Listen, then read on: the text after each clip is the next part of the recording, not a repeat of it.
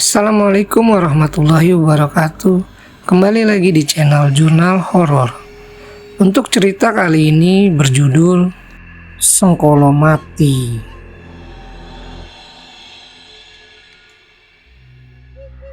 Sengkolo. Dalam kebudayaan Jawa, Sengkolo dipercaya sebagai entitas gaib yang kerap menghantui manusia. Banyak juga yang dikisahkan Sengkolo akan bergerak mengincar beberapa weton yang menjadi mangsanya pada malam satu suro. Sebagian dari masyarakat Jawa mempercayai adanya Sengkolo ini, yang mana kehadirannya akan mendatangkan kesialan, kemalangan, bahkan bisa lebih dari itu. Dia datang dengan purwarupa wujudnya, menjamah weton-weton yang seolah-olah adalah makanan kesukaannya. Sengkolo tidak datang sekali pada satu orang dengan weton kesukaannya. Dia bisa datang berkali-kali dan menggerogotinya sedikit-sedikit. Sampai nanti ada sesama manusia yang menolongnya dengan ritual tolak bala, yang kadarnya tentu disesuaikan dengan seberapa lama sang Sengkolo telah menjamahnya. Dari yang paling ringan, yaitu dengan membuat bubur merah putih, sampai menumbalkan hewan besar seperti kerbau atau sapi. Omong-omong tentang Sengkolo, ada satu kisah yang akan saya coba ceritakan. Cerita ini sebenarnya sudah saya dapatkan hampir 8 tahun lalu. Hanya saja setiap saya mencoba untuk merubahnya menjadi sebuah tulisan, ada saja hal yang menundanya. Entah waktu, mood, ataupun kekhawatiran apakah akan timbul masalah jika saya menghidangkannya untuk khalayak. Tapi setelah saya timbang-timbang dan sedikit membagikan kilasannya kepada orang-orang terdekat, sepertinya sekarang adalah waktu yang tepat untuk saya menceritakannya. Dan tentunya dengan upaya terbaik dalam menyamarkan setiap nama yang terkait dengan cerita ini. Sebelum kita lanjut ke ceritanya, bagi teman-teman yang belum subscribe channel ini, jangan lupa untuk subscribe terlebih dahulu agar channel ini bisa lebih berkembang. Dan jangan lupa untuk menyalakan lonceng notifikasinya agar tidak ketinggalan cerita-cerita menarik lainnya. Cerita ini mungkin tidak akan sepanjang biasanya, karena narasumbernya hanya satu sudut pandang saja. Dan cukup bisa saya yakini, ini adalah kisah nyata. Mbah Tilah, almarhumah tepatnya. Beliau adalah dukun beranak yang sangat dekat dengan keluarga saya. Beliaulah yang mengurus bayi saya dan 2 adik saya. Tapi sayangnya beliau meninggal di masa awal-awal pandemi lalu. Saat itu saya sempat merasa kecewa karena hanya bisa mendengar kabar dukanya saja, tanpa bisa melayat ataupun menyaksikan pemakamannya. 4-3 tahun sebelum beliau meninggal, saya cukup intens bertemu dengan beliau. Karena kebetulan saya sering mengantarkan kakak sepupu dari masa dia hamil sampai bayinya lahir dan berumur beberapa bulan. Di waktu-waktu itulah secara tak sengaja saya mendapatkan cerita Sengkolo ini. Berawal dari pertanyaan saya tentang seputar weton yang mengalur dan mengalir hingga akhirnya menuntun beliau pada kisah ini. Kita mundur ke masa lampau, tepatnya di hari Selasa Legi, sekira akhir Februari tahun 1972. Dikisahkan oleh Mbah Tilah yang waktu itu belum genap 2 tahun menjadi paraji, atau dalam istilah lain bisa disebut juga sebagai dukun bayi atau dukun beranak. Hari itu sekira pukul 9 malam, Mbah Tilah muda berkesempatan menjadi pendamping Bubi dan Sumi. untuk membantu persalinan di rumah Pak Seno, seorang priai dari suatu duku yang tak bisa disebutkan namanya. Yang jelas, beliau adalah orang yang sangat terpandang dan tersohor di daerah itu. Sebelum berangkat, Bubi dan Sumi berpesan kepada Mbah Tilah Muda untuk merahasiakan beberapa hal.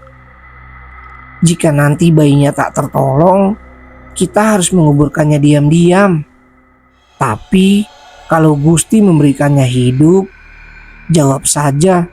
Seandainya ada orang yang bertanya kalau bayi itu adalah anak Pak Seno. Pokoknya nanti lihat saja, karena beliau yang akan mengatur semuanya. Begitulah sekira pesan Bubi dan Sumi saat itu.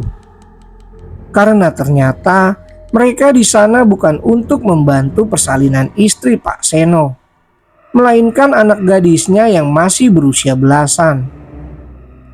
Sebut saja Ningsih, anak Pak Seno itu, telah hamil di luar nikah. Namun pernikahan tidak bisa disetujui oleh pihak keluarga Pak Seno sendiri. Yang belakangan diketahui itu semua karena keluarga dari pihak laki-laki ternyata adalah bekas pentolan ranting sebuah partai terlarang saat itu. Ini jelas bukan pilihan yang main-main. Tapi Pak Seno beranggapan masa depan keluarganya akan lebih sulit jika silsilah keluarga terhormatnya ini tercampur dengan hal itu. Tampaknya Pak Seno telah mempersiapkan ini dengan matang. Terlihat saat itu di kediamannya juga ada Pak Kaum atau agamawan yang sepertinya memang sengaja dihadirkan untuk prosesi pemakaman si jabang bayi. Bahkan untuk liang kuburnya pun ternyata sudah siap di pekarangan belakang rumahnya sejak 2 hari yang lalu. Nggak bener ini. Yakin sekali mereka kalau bayi ini tidak akan selamat. Pendam Mbah Tilah Muda yang saat itu sedang berjibaku dengan bidan Sumi membantu persalinan Ningsih di dalam kamar. Sepertinya kelahiran bayi ini memang tak diinginkan. Bahkan sebelum datang ke sini, bidan Sumi juga sempat menuturkan kalau pihak keluarga Pak Seno sudah berkali-kali berupaya untuk menggugurkannya. Jika dikasih hidup, kemungkinan besar bayi ini akan cacat. Jujur, Nduk, ibu malah mending adik kecil tak berdosa ini langsung ke surga daripada harus tumbuh di keluarga semacam ini. Terang bidan Sumi sebelum mereka datang ke rumah Pak Seno. Mbah Tilah Muda dan bidan Sumi hanya bisa memendam kemirisan, merasa pesimis dan pasrah, namun tetap berusaha untuk melakukan yang terbaik. Hingga keajaiban pun terjadi. Karena setelah 6 jam mereka berjibaku, tepat pukul 3 dini hari, memasuki Rabu Pahing, 23 Februari 1972. Bayi itu lahir dengan selamat, berjenis kelamin laki-laki, berat 4,2 kg, lengkap, tampan tanpa cacat. Tangisnya membelah pagi yang masih buta itu. Pak Seno masuk ke kamar dengan ekspresi tak layak. Begitu pula dengan istrinya yang hanya bisa dia memandang sembari memegangi tangan Ningsih. Tali pusarnya pun telah dipotong. Giliran Mbah Tilah Muda yang membersihkannya, dan setelah itu meletakkan si bayi merah di pelukan Ningsih. Ekspresi semua orang terasa gamang, antara harus sedih ataupun senang. Kecuali Ningsih yang mau tak mau senyumnya pun mulai tampak luluh terurai memeluk anak malangnya itu. Skenario Pak Seno tak berjalan sesuai harapan. Lubang kubur yang sudah siap di pekarangan belakang rumahnya sepertinya hanya akan menjadi bak pembuangan sampah. Mau tak mau, skenario lain pun harus dijalankan. Dan mulai malam ini, semua orang yang terlibat harus menganggap dan menginformasikan bahwa bayi itu adalah anak Pak Seno. Sebuah ide gila untuk mendukung skenario itu justru terlontar dari mulut Pak Kaum.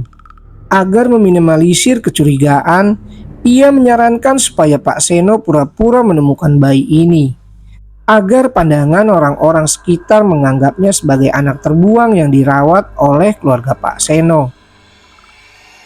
Ide itu harusnya tidak keluar dari mulut seorang agamawan, tapi beginilah nyatanya. Toh Pak Seno juga menyetujuinya, bahkan menganggapnya sebagai ide yang cemerlang. Sebenarnya di antara mereka lebih banyak wajah yang tak setuju dengan ide itu, yakni Mbah Tilah Muda, Bubi dan Sumi, istri Pak Seno dan si Ningsih tentunya. Namun sayangnya tak ada yang berani menentang keputusan Pak Seno. Jangankan Bidan Sumi dan Mbah Tilah Muda, orang anak dan istrinya saja seperti tidak mempunyai hak untuk tidak setuju. Drama ketoprak karangan Pak Seno dan Pak Kaum pun dilakukan dan berjalan dengan rapi tanpa halangan. Hingga esok hari, sekira subuh lewat beberapa menit, Pak Seno pura-pura menemukan bayi merah itu di halaman rumahnya. Warga pun gempar sesuai yang diinginkan, dan terstigmalah sudah sejak detik itu kalau Pak Seno telah menemukan dan akan merawat bayi yang telah dibuang di depan rumahnya. Betapa merasa berdosanya Bidan Sumi dan Mbah Tilah Muda saat itu. Bahkan 6 kali lipat upah yang Pak Seno berikan tak cukup untuk membuat mereka menjadi tenang. Pak Seno yang telah membuat keputusan besar itu pun cukup yakin bahwa semua akan baik-baik saja. Akan tetapi, ada satu hal yang tidak ia ketahui, bahwasannya si jabang bayi merah yang hidupnya sudah dimanipulasi sejak dini, kelak akan tumbuh menjadi sengkolo bagi keluarganya. Bayi itu kini diberi nama Satrio. Dia tumbuh seperti anak pada umumnya. Bahkan kian hari, Pak Seno kian memperlakukannya dengan penuh kasih sayang. Ini di luar dugaan untuknya yang dulu kelahirannya sempat tak diinginkan. Kehadiran Satrio dengan cepat berbalik menjadi kebahagiaan tersendiri bagi Pak Seno. Namun, sama halnya seperti perasaan Pak Seno yang bisa berubah begitu saja. Keadaan pun juga sama, karena selang 2 tahun setelah kelahiran Satrio, kesialan dan kemalangan pun mulai datang silih berganti, mendera keluarga Pak Seno. Malam satu suro, kesialan itu dibuka oleh Ningsih yang tiba-tiba kabur membawa Satrio. Mereka sempat hilang selama 3 hari, sampai akhirnya ditemukan oleh seorang petani di sebuah bangunan kapel kecil atau rumah doa atau gereja yang terbengkalai tak jauh dari desanya. Mereka pun dibawa pulang. Satrio kembali dalam keadaan yang sehat, tapi tidak dengan Ningsih yang pulang kembali ke rumahnya dengan pribadi yang sudah jauh berbeda. Entah apa yang terjadi selama 3 hari saat mereka hilang. Yang jelas, sejak saat itu Ningsih mulai kehilangan kewarasannya. Dia kerap mengamuk dan tak ragu untuk menyerang orang-orang di sekitarnya. Upaya pertolongan pun tentu langsung ditempuh. Ningsih akhirnya dirawat di rumah sakit jiwa. Perubahan baik sempat muncul beberapa bulan setelah ia dirawat. Namun baru sekitar 1 pekan ia pulang dan mencoba menjalani kehidupannya lagi. Ningsih memutuskan untuk mengakhiri hidupnya dengan cara gantung diri. Tentu ini adalah hantaman yang sangat keras bagi Pak Seno. Namun mau tak mau, hidup harus tetap berjalan. Karena Satrio kecil jelas masih butuh kasih sayang darinya. Tanpa ia tahu bahwa masih ada kemalangan yang menunggu setelah itu. Sejak Ningsih meninggal, terjadi perubahan yang tidak bisa dijelaskan sebabnya. Itu terjadi pada istri Pak Seno yang kini mulai mempunyai kebiasaan baru, yaitu tidur sambil berjalan. Hal itu terjadi cukup sering dan kadang tak masuk akal. Pernah ada suatu ketika, istri Pak Seno ngelindur di subuh hari. Ia berjalan keluar dari rumahnya menuju kedai bubur di ujung desa. Ia pun berhenti, memesan bubur dengan mata yang masih terpejam, dan membayarnya dengan serit atau sisir kayu. Sepintas itu mungkin terasa lucu, namun tidak ada yang pernah menyangka bahwa di kemudian hari kebiasaan tidur berjalan istri Pak Seno itu justru akan merenggut nyawanya. Ini terjadi 100 hari setelah meninggalnya Ningsih. Dalam kesaksiannya kepada polisi, Pak Seno mengungkapkan, sekitar pukul 1 malam, ia sempat terbangun oleh suara benda besar yang jatuh ke sumur. Suaranya sangat jelas, karena memang sumur itu berada tepat di samping kamarnya. Biur, yang tak lama setelah itu disusul pula dengan sedikit suara kecipak. Sebenarnya Pak Seno mendengarnya, tapi entah mengapa saat itu rasa kantuk membuatnya lebih memilih untuk kembali memejamkan matanya. Tanpa ia sadari sama sekali bahwa sang istri yang harusnya tidur di samping Satrio sudah menghilang dari ranjang. Hingga di keesokan harinya lah kengerian itu akan nyata menjumpainya. Pak Seno pagi itu menemukan istrinya sendiri sudah mengambang di dasar sumur. Dan tentunya sudah dalam keadaan tak bernyawa. Seluruh dukuh gempar. Pak Seno berlari keluar sambil menggendong Satrio, memberitahukan kemalangan ini dengan gagap terbata. Kurang dari 1 jam, kabar itu pun menyebar dan akhirnya sampai kepada Tilah atau Mbah Tilah muda yang kebetulan tinggal di dukuh sebelah. Nah, benar kan, Duk? Kata sang ibu kepada Mbah Tilah muda setelah mendengar kabar itu. Ternyata dulu Mbah Tilah tak sepenuhnya menyimpan rahasia keluarga Pak Seno. Karena sepulangnya dari persalinan Satrio, ia langsung menceritakannya kepada sang ibu yang kebetulan juga seorang paraji senior. Ibunya tentu tak menyangka orang yang terkenal baik dan terhormat seperti Pak Seno berlaku sebegitunya. Sebagai seorang paraji yang menganggap sakral sebuah kelahiran manusia, beliau tampak sangat kecewa mendengar cerita itu. Tapi di antara semua itu, ada hal yang lebih ia soroti, yaitu jam kelahiran dan weton si jabang bayi, yang menurutnya akan menjadi incaran Sengkolo. Wetonnya Rabu Pahing, jelas tercatat menjadi incaran Sengkolo. Jamnya jam 3. Itu adalah waktu di mana iblis benar-benar berada di dekat orang yang hatinya kotor. Lihat saja, sesudah anak itu lepas ASI, Pak Seno akan dibuat hancur. Begitulah kata sang ibu kepada Mbah Tilah kurang lebih 2 tahun lalu, yang tampaknya sekarang itu sudah mulai terbukti satu persatu. Dibuka oleh Ningsih, ibu kandung Satrio yang sempat gila lalu sembuh tapi malah mati bunuh diri. Dan istri Pak Seno yang tercebur sumur karena tidur berjalannya. Untuk penyebab kematian istri Pak Seno, belakangan sudah diselidiki oleh pihak kepolisian. Dan buktinya tertuju serta sangat condong pada sebab itu, atau tidur berjalan. Karena kronologi versi pihak yang berwajib menyimpulkan bahwa sebelum menceburkan dirinya ke dalam sumur, istri Pak Seno sempat beberapa kali berjalan bolak-balik keluar masuk dari perkarangan menuju ke rumahnya, yang mana itu dibuktikan dengan banyak ditemukannya jejak-jejak tanah basah istri Pak Seno yang tertapak dan membekas rapi di beberapa ruangan dalam rumah. Bagaimana kabar Satrio, apalagi Pak Seno setelah kematian istrinya?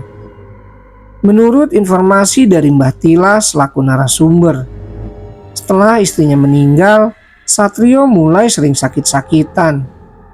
Hal ini dapat dikonfirmasi oleh Mbak Tila, karena kebetulan beliau dan Bidan Sumi sempat beberapa kali melakukan kunjungan untuk memeriksa cucu Pak Seno itu.